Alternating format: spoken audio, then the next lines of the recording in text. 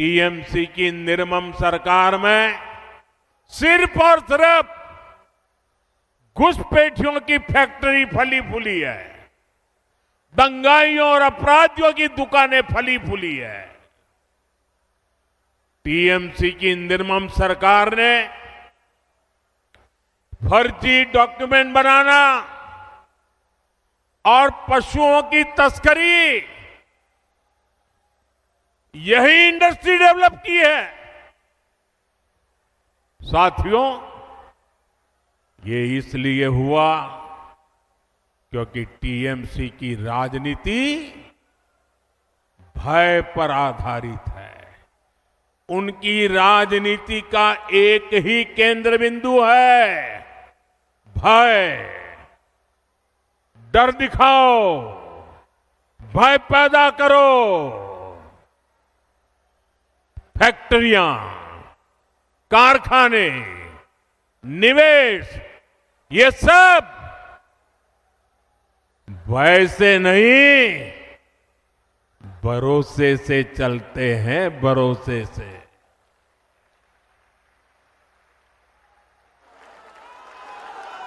TMC ने syndicate का गुंडा राज चलाया है, जहां कटमनी और कमीशन के बिना कुछ नहीं चलता।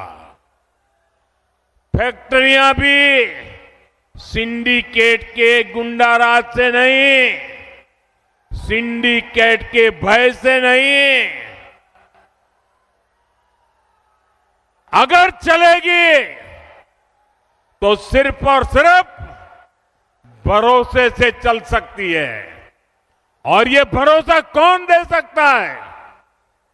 ये भरोसा सिर्फ और सिर्फ बीजेपी ही दे सकती है।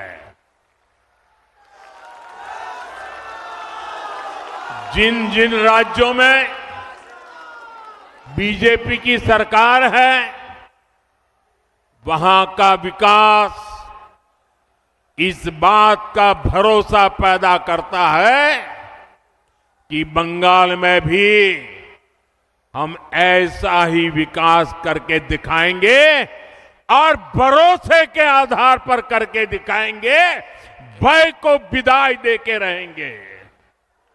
साथियों, तृणमूल की सरकार ने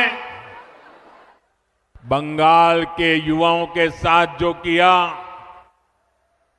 इसका पाप वो अगले 100 साल में भी नहीं धो पाएगी।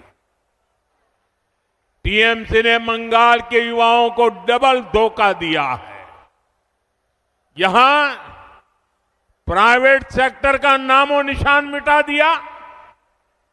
प्राइवेट सेक्टर में नौकरियां नहीं है और थोड़ी बहुत है तो घुसपैठियों के हवाले कर दी।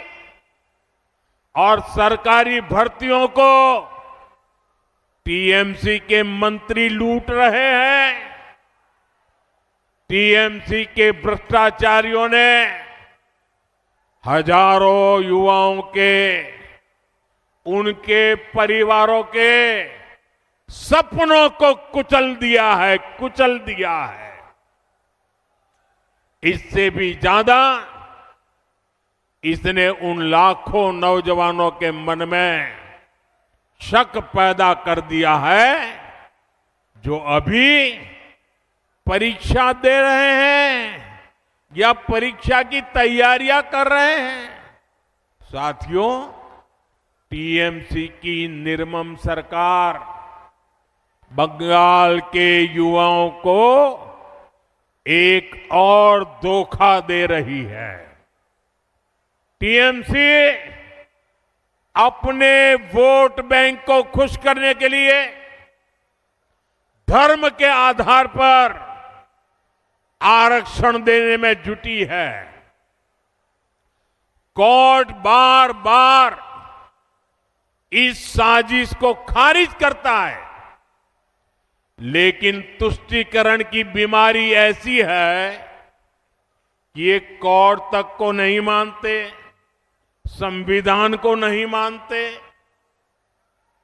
ये कब से टीएमसी सरकार से एक मांग कर रहे हैं, लेकिन टीएमसी को माहिष्य समाज की डिमांड को पूरा करने के बजाय बहाने बताती रहती है, क्योंकि माहिष्य समाज टीएमसी का वोट बैंक नहीं है। साथियों, मैं आज आपको भरोसा देता हूं, बीजेपी सरकार संविधान के अनुसार काम करेगी।